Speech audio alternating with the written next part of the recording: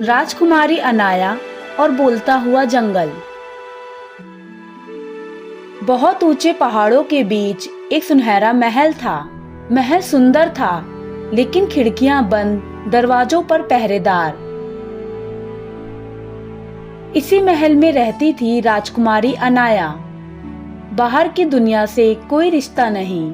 अनाया ने कभी नहीं देखा था गांव, जंगल, रास्ते, साधारण लोग। वह बस किताबों में पढ़ती थी और सोचती थी बाहर की दुनिया कैसी होती है। राजकुमारी रोज खिड़की के पास आकर खड़ी होती। वह बाहर देखती, लेकिन बाहर को छू नहीं पाती।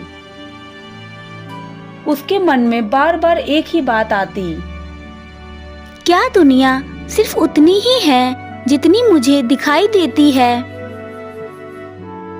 हर दिन यही दीवार, क्या बाहर भी ऐसा ही होगा? कभी सोचा है आपने? राजकुमारी, इतनी रात में खिड़की पर मत खड़े होइए। अगर बाहर कुछ अलग हुआ तो? बाहर जाना मना है। पर क्यों मना है? मैं बाहर क्यों नहीं जा सकती? पता नहीं, लेकिन महाराज ने मना किया है। मुझे सिर्फ देखना है कि बाहर की दुनिया कैसी होती है। क्या मैं चली जाऊं? अगर आज नहीं गई तो कल भी हिम्मत नहीं होगी।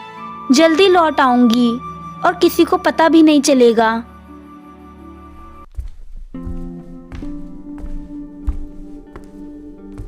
राजकुमारी चुपके से पीछे के दरवाजे से बाहर निकलती है।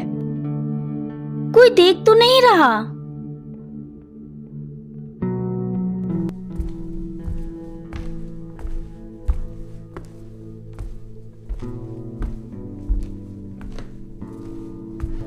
ये जमीन ठंडी है। महल के अंदर ऐसी मिट्टी कभी नहीं देखी।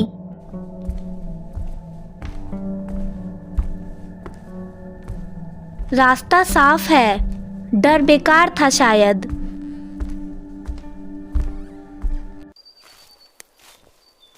महल दूर होता जा रहा है। बस थोड़ा और आगे देख लूं, फिर लौट चलूंगी।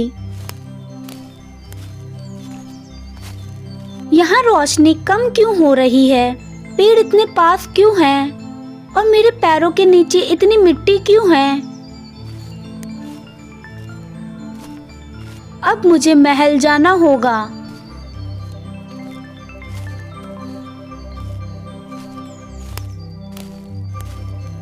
यहाँ से किधर जाना था? सब कुछ एक सा क्यों लग रहा है? यहाँ तो सभी रास्ते एक जैसे हैं। मैं किधर जाऊं? इधर जाऊं कि उधर जाऊं?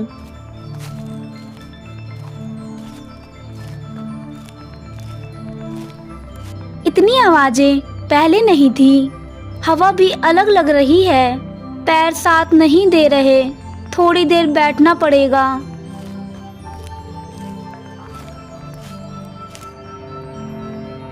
गलती हो गई क्या? बस देखना चाहती थी। यहाँ कोई है क्या? कोई मुझे सुन रहा है क्या? अब समझ नहीं आ रहा किधर जाऊं। महल लौटने का रास्ता भी नहीं दिख रहा। जंगल सुन रहा है क्या? अगर कोई यहाँ रहता है तो सामने आ जाओ। मैं रास्ता भटक गई हूँ।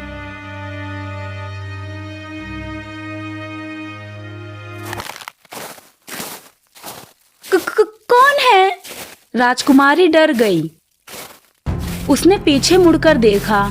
एक बड़ा शेर उसकी तरफ आ रहा था।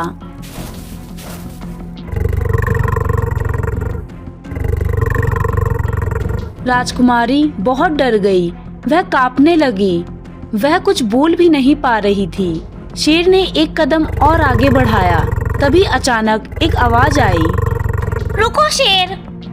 तभी एक बंदर सामने आकर खड़ा हो गया। एक तरफ से हाथी आया,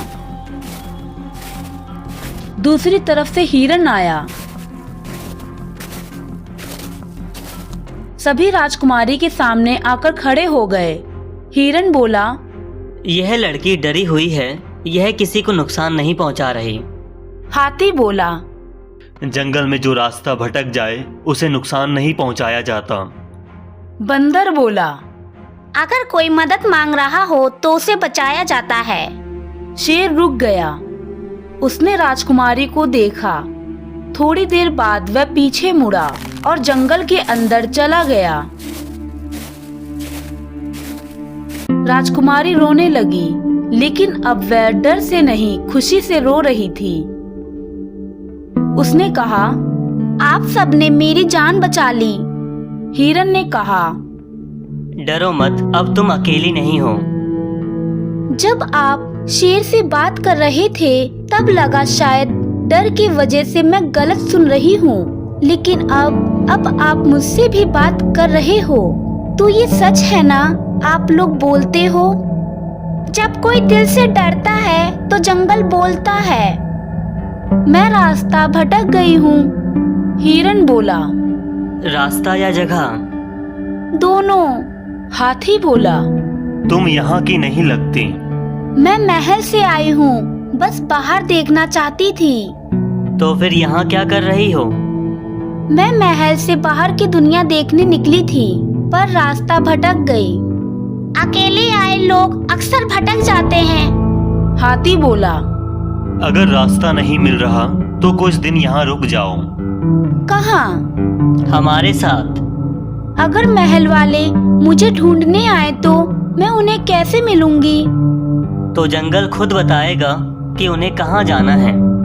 आप सब मेरी मदद क्यों कर रहे हैं? क्योंकि तुम डरी हुई हो, खतरनाक नहीं। और यहाँ डरने वाले को अकेला नहीं छोड़ते। चलो, जब तक कोई तुम्हें ढूंढने नहीं आता हमारे साथ रहो। ठीक है। राजकुमारी को थोड़ा अच्छा लगा। उसे समझ आ गया कि जंगल सिर्फ डरावना नहीं होता, वह मदद करना भी जानता है।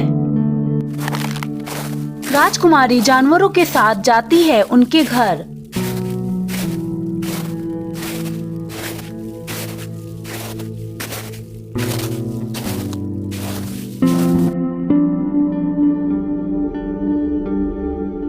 राजकुमारी उन लोगों के साथ घुल मिल जाती है।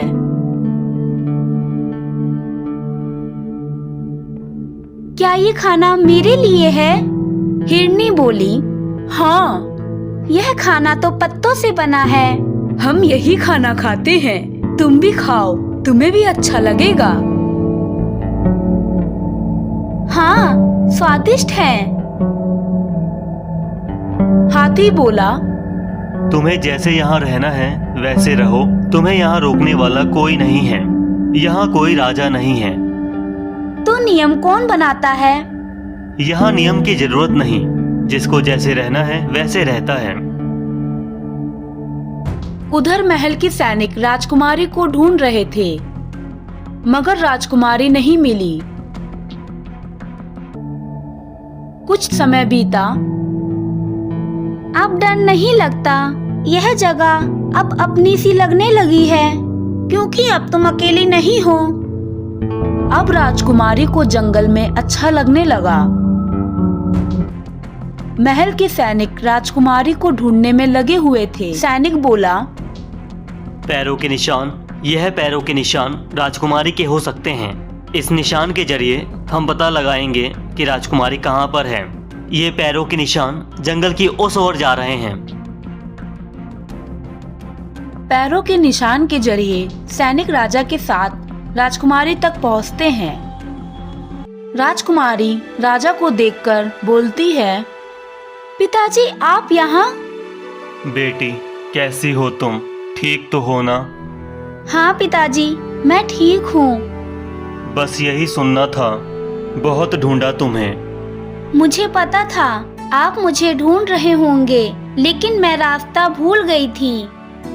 चलो अब महल वापस चलते हैं। पिताजी, मेरा मन यहाँ रह गया है। मुझे यहाँ जानवरों के साथ अच्छा लगता है। मन जहाँ खुश हो उसे रोकना ठीक नहीं। महल चलो, और अगर मन करे तो दोबारा आ जाना। सच पिताजी? हाँ सच, अब पूछने की जरूरत भी नहीं। तो चलिए पिताजी, मैं जा रही हूँ। सब अपना ध्यान रखना, मैं फिर आऊंगी।